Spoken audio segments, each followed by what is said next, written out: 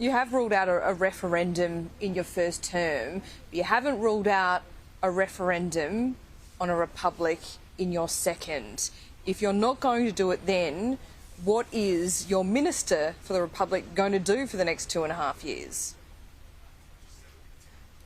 Well, I said before the election, so before the reappointment of Assistant Minister Thistlethwaite, not just as the Assistant Minister for Defence, but also other titles that he has, and he's had that title since the term between 2016 and 2019. So that's been in place for some time. I made it clear before the last election, my priority and the priority of the government I lead would be recognising Aboriginal and Torres Strait Islander people in our Constitution.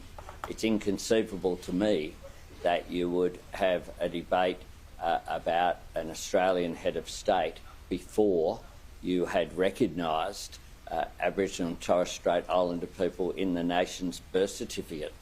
Our history didn't begin in 1788. It goes back at least 65,000 years. That should be a source of national pride and should be recognised in our Constitution. And so it's a matter of the right thing to do, and I made that very clear before the election, and I haven't changed my position on that. You have mentioned that now is not the right time to be able to talking about political matters when it comes to the Queen, and many would say that's fair enough. There are some countries, though, that believe the timing is now right for a reset when it comes to a particular country standing within the Commonwealth. I point out Antigua, which has just announced that it's moving towards a referendum within the next 3 years. If it's not now, when do you believe is a good time to begin that conversation with the Australian public about whether we should be a republic or not? Well, that debate, of course, has taken place over a long period of time. The Prime Minister doesn't stop people considering such matters. And my position on that hasn't changed.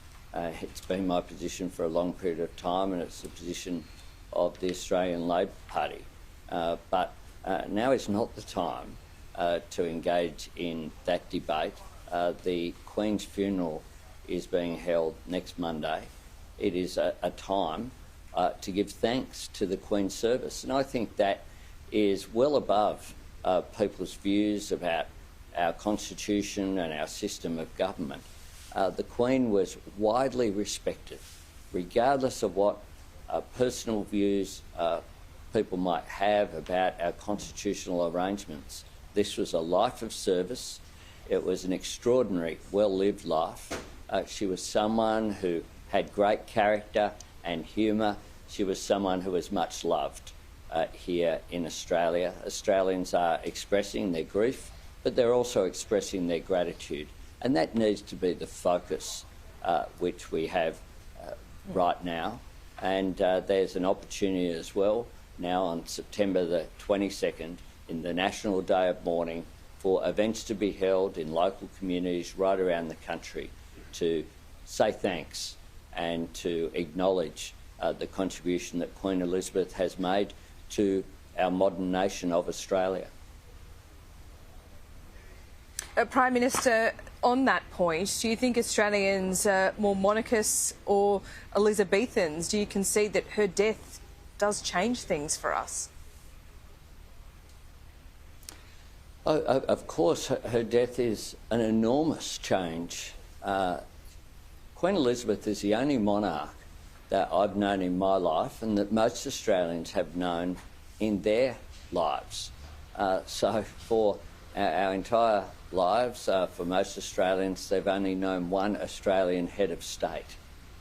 So this is a momentous occasion. It's historic. The last time that we had a change in our head of state, Robert Menzies was the Prime Minister. Sir Paul Hasluck was the Governor-General, I think, from memory. But it was a substantial period ago, way back in 1952. And so this is an important occasion, which is why the National Memorial Day and is being held, and why it's appropriate that all premiers and chief ministers have agreed, as well as the Leader of the Opposition has supported as well, it being a national day of mourning and it being a national public holiday as a one-off. Okay, Prime Minister Anthony Albanese, appreciate your time this morning. Thank you so much for joining us, and we'll see you when you get to London.